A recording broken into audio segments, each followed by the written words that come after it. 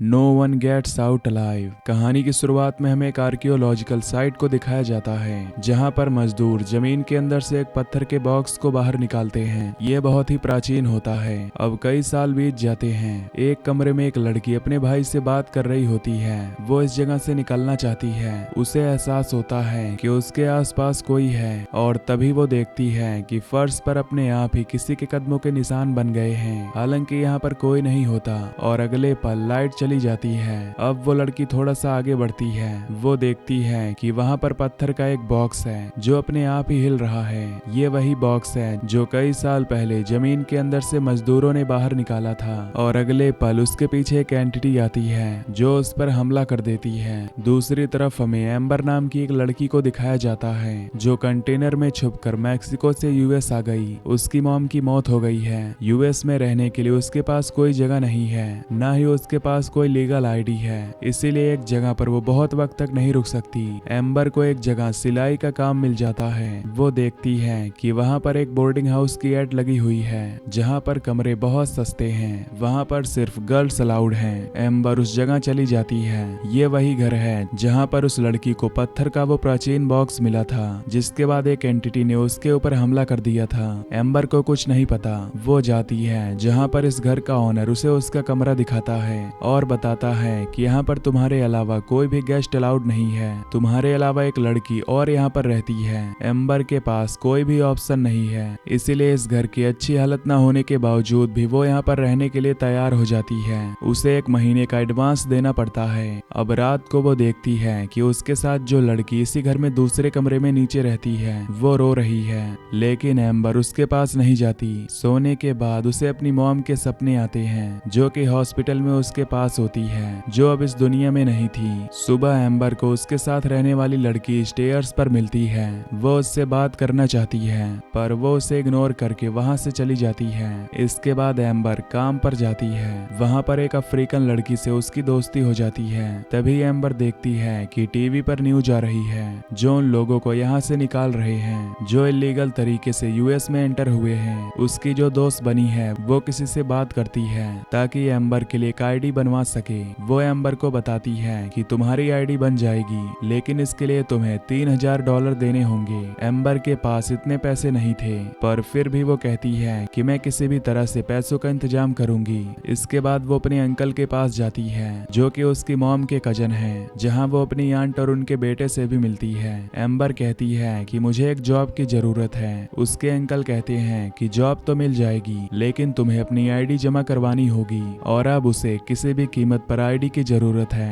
Amber अब अपने boarding house वापस आ जाती है जहां उसे बेसमेंट से अजीब सी आवाजें आ रही होती हैं। जब वो नीचे बेसमेंट में जाती है तो देखती है कि वहां के दरवाजे पर लॉक लगा है, साथ ही वहां पर स्क्रैचेस के निशान हैं। वो अंदर झांकने की कोशिश करती है लेकिन तभी वहां पर ऑनर आ जाता है। वो कहता है कि यहाँ अंदर कोई नहीं जा सकता, ये जगह प्राइवेट है। और अब वो कहती है कि मुझे मेरे पैसे वापस चाहिए। जितने दिन मैं यहाँ पर रही हूँ तुम उतने पैसे काट कर मेरे बाकी के पैसे वापस कर दो। ऑनर कहता है कि पैसे तो मुझसे खर्च हो गए, फिलहाल मैं तुम्हें पैसे वापस नहीं कर सकता। इसके बाद एम्बर अपने कमरे में आकर सो जाती है, जिसके बाद उसे एक बार फिर से अपनी मॉम का सपना आता है। उसकी मॉम कहती है कि मेरे पास ही रुक जाओ। साथ ही वो ये भी कहती है कि मुझे कॉर्नर पर कुछ दिख रहा है। और जब एम्बर वहाँ कॉर्नर पर देखती है तो वहाँ पत्थर का वही प्राचीन बॉक्स होता है जिसके अंदर से 2 हाथ बाहर निकल रहे होते हैं। तभी एम्बर की नींद खुल जाती है। एम्बर समझ जाती है कि यहाँ कुछ न कुछ गड़बड़ है। अगले दिन जब वो अपने काम पर जाती है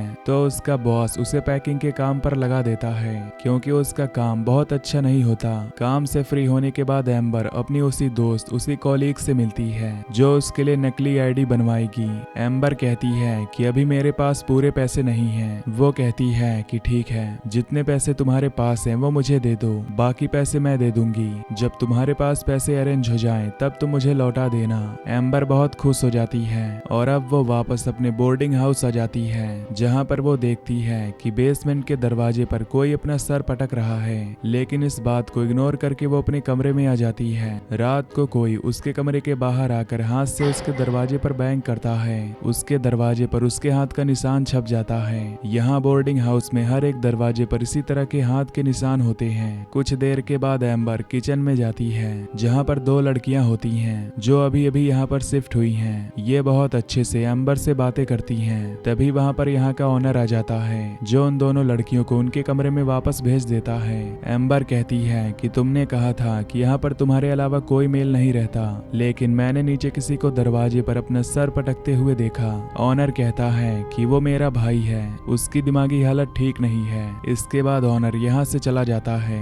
एम्बर अपने लिए कॉफी बना रही होती है, तभी उसे ऊपर से अजीब सी आवाजें आती हैं और जब वो ऊपर के कमरे में जाती है तो देखती है कि वहाँ पर टेप पर कुछ रिकॉर्डिंग चल रही है। साथ ही यहाँ पर अजीब अजीब सी फोटोज होती हैं जो कि पुराने वक्त की आर्कियोलॉजिकल की हैं। साथ ही जो रिकॉर्डिंग चल रही होती है उसमें एक रिचुअल की बातें बताई जा रही थी। वो यहाँ पर एक कपल की फोटो भी देखती है जिसमें उन कपल के पास वही बॉक्स होता है जो कई सालों पहले आर्कियोलॉजिकल साइट से जमीन के अंदर से निकला था, जिसे एम्बर ने अपने सपने में भी देखा था। तभी उससे एक फोटो गिर जाता है और टूट जाता है। वो उस फोटो के कांच को साफ करती है और हमें कमरे में एक एंटिटी को दिखाया जाता है जो उसे ऐसा करते हुए देख रही है। अगले दिन एम्बर जब काम पर जाती है तो उसका बॉस उसे बताता है कि तुम्हारी कॉलीग ने जॉब छोड़ दी है। ये सुनकर एम्बर हैरान हो जाती है क्योंकि उसने अपने सारे बचे हुए पैसे उसे दे दिए थे। एम्बर को समझ में आ जाता है कि उस लड़की ने उसे धोखा दिया है। रात को जब वो बोर्डिंग हाउस वापस आती है तो उसे एक बार फिर से यहाँ पर किसी के रोने की चिल्लाने की आवाजें आती हैं, जिसके बाद वो यहाँ के ओनर के पास जाती है और पूछती है कि जब मैं यहाँ पर आई थी तो एक लड़की पहले से यहाँ पर थी, अब वो लड़की कहाँ गई? मैंने उसे कई दिनों से नहीं देखा। वो कहता है कि वो इस जगह को छोड़कर जा चुकी है, लेकिन अब मेरे पास पैसे आ चुके हैं। कल मैं तुम्हें तुम्हारे डिपॉजिट के पैसे वापस कर दूंगा, जिसके बाद तुम चाहो तो यहाँ से जा सकती हो। एम्बर खुश हो जाती है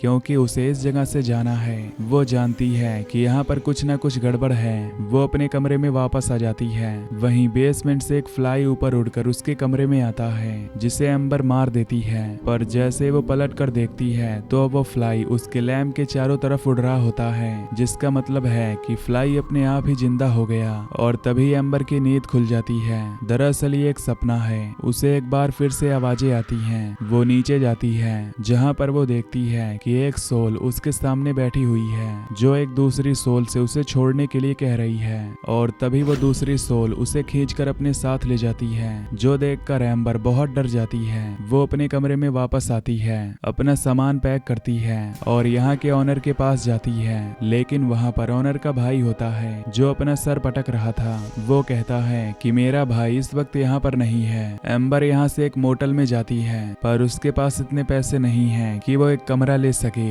इसीलिए वहाँ से एक बार फिर से बोर्डिंग हाउस के ओनर को कॉल करती है और कहती है कि मुझे पैसों की जरूरत है। वो उससे मिलने के लिए एक रेस्टोरेंट में आता है जहाँ पर वो उसे कुछ पैसे दे देता है और कहता है कि फिलहाल मेरे पास इतने ही पैसे हैं, बाकी पैसे बोर्डिंग हाउस में हैं। अगर तुम्हें बाकी पैसे चाहिए तो तुम्हें मेरे साथ चलना होगा। एम्बर उसके साथ बोर्डिंग हाउस वापस आ जाती है। वो कहता है कि मैंने बाकी के पैसे तुम्हारे कमरे में रखे हैं। एम्बर जब अपने कमरे में जाती है तो उसका ओनर भी पीछे से आ जाता है, जबरदस्ती उसे वाइन पिलाने की कोशिश करता है। एम्बर उसे ऐसा करने से मना करती है और अब ओनर का भाई भी कमरे के अंदर आ जाता है। एम्बर को जबरदस्ती वाइन पिलाकर उसे कमरे में बंद कर देता है। यहाँ पर जो दो लड़कियां अभी अभी आई हैं वो भी बहुत ज्यादा डर जाती हैं क्योंकि उन्हें भी यहाँ पर किसी के होने का एहसास होता है, इसीलिए दोनों भी एम्बर के कमरे में आ जाती हैं। रात को ये सब सो जाते हैं और तभी एम्बर को सपना आता है जहाँ पर वो अजीब अजीब से लोगों को देखती है। सपने से वो जाग जाती है। उसके साथ जो दो लड़कियां होती हैं उन्हें भी बहुत अजीब लग रहा होता है और वो एम्बर को बताती हैं कि हमें भी अजीब से सपने आते हैं जिसमें हम एक मिस्टीरियस बॉक्स को देखते हैं। एम्बर कहती है कि मैंने भी अपने सपने में उस बॉक्स को देखा है, साथ ही बार बार मैं अपनी मॉम को भी देखती हूँ जो इस दुनिया में नहीं है। वो लड़कियां बताती हैं कि हमने भी अपने भाई को देखा है, यानी कि इन सब के सपने आपस में जुड़े हुए हैं और इनके सपने उस बॉक्स से जो बार बार इनके सपनों में आता है। वहीं बोर्डिंग हाउस के बाहर हमें एम्बर के अंकल को दिखाया जाता है जो उससे मिलने के लिए आए हैं, पर यहाँ का जो ऑनर होता है वो कहता है कि एम्बर यहाँ पर नहीं रहती।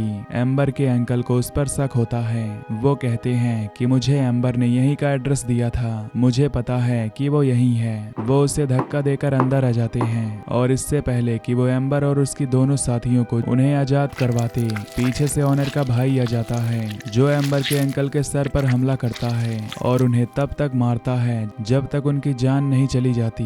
अब दोनों भाई आकर इन तीनों लड़कियों को एक दूसरे कमरे में ले जाते हैं जहां पर बहुत सारी लड़कियों की बॉडीज होती हैं। इसके बाद ऑनर और उसका भाई इन तीनों को एक जैसे कपड़े पहनने के लिए देता है। ये वही कपड़े होते हैं जो एम्बर ने उन सोल्स की बॉडी में देखे थे, जो उसने अपनी आंखों से देखी थी। एम्बर कहती है कि मुझे आजाद कर दो। वो कहता है कि मैं ऐसा नहीं कर सकता, ये सब कुछ उस बॉक्स की वजह से हो रहा है। ये सबसे पहले मेरे डैड ने शुरू किया था, जिसके बाद उन्होंने मेरी मॉम को भी मार दिया। ये सब हमसे बर्दाश्त नहीं हुआ। मेरे भाई ने और मैंने मिलकर मेरे डैड को मारा, पर अब मेरे भाई को वही करना पड़ता है जो मेरे डैड किया करते थे। एम्बर कहती है कि मुझे जाने दो। वो कहता है कि मैं मजबूर हूँ और अब उसे तैयार करके नीचे बेसमेंट में ले जाया जाता है जहाँ पर किसी का भी जाना मना था। एम्बर जब बेसमेंट के अंदर जाती है तो देखती है कि वहाँ पर बहुत सारी लड़कियों की सोल्स हैं, जिन सब ने वैसे ही कपड़े पहने हुए हैं जैसे एम्बर को पहनाए गए हैं। यानी कि उसका भी अब वही हाल होने वाला है जो इन सब लड़कियों का हुआ है। वो एम्बर को जलती हुई कैंडल्स के आसपास लेटा देता है।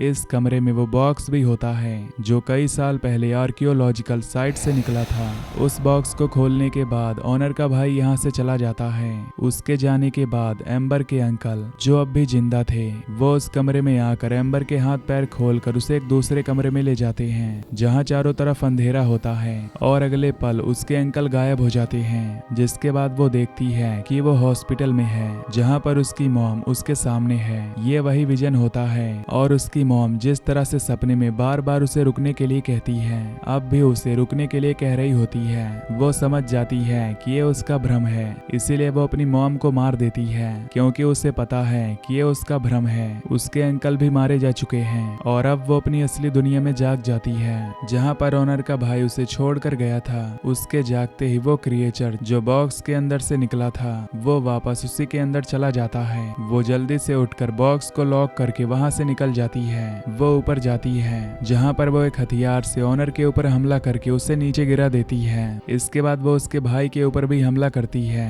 पर वो एम्बर को नीचे गिराकर उसके पैर को तोड़ देता है। यहाँ पर जो दूसरी लड़की होती है वो भागने की कोशिश करती है। ऑनर का भाई उसे मार देता है और अब वो एम्बर को भी मारना चाहता है। वो एम्बर को पकड़ लेता है लेकिन एम्बर उसी को मार देती है। जिसके बाद वो ऑनर को उठाकर उस कमरे में ले जाती है जो नीचे बेसमेंट में है जहाँ पर वो बॉक्स है। वो ऑनर को उसी जगह लिटा देती है जहाँ पर ऑनर के भाई ने उसे लिटाया था। एम्बर देखती है कि वो तीसरी लड़की भी मारी जा चुकी है क्योंकि ऑनर के भाई ने उसे यहाँ पर छोड़ दिया था। इसके बाद एम्बर ऑनर को वहाँ पर छोड़कर बॉक्स को खोलकर उस जगह से निकल जाती है। जिसके बाद बॉक्स के अंदर से वो क्रिएचर निकलता है जो दिखने में बहुत ही भयानक था और वो ऑनर को मार देता है। एम्बर लंगड़ाते हुए धीरे धीरे घर से बाहर निकलने लगती है और तभी वो देखती है कि उसका वो पैर जो कि ऑनर के भाई ने तोड़ दिया था वो अपने आप ही ठीक हो गया। ऐसा इसीलिए क्योंकि उसने बॉक्स के अंदर के उस क्रिएचर को एक सैक्रिफाइस किया था और अब एक फ्लाई उसके आसपास उड़ना शुरू हो जाता है। ये वही फ्लाई है जो हमेशा बॉक्स के आसपास रहती है। जिसके बाद एम्बर के चेहरे पर उसी तरह की वेन्स उभर आती हैं जिस तरह की ऑनर के भाई के चेहरे पर थी, जिसका मतलब ये है कि अब उस क्रिएचर के लिए एम्बर को काम करना होगा जिस तरह से ऑनर का भाई किया करता था। दरअसल आज से कई साल पहले ऑनर के पिता जो कि एक आर्कियोलॉजिस्ट थे, उन्हें ये बॉक्स मिला था। जिस बॉक्स को मिलने के बाद उन्होंने कई लड़कियों की जान ली और जब उनके बेटे ने उन्हें मार दिया, वही काम उस क्रिएचर के लिए उनके बड़े बेटे को करना पड़ा और अब शायद एम्बर को करना पड़े।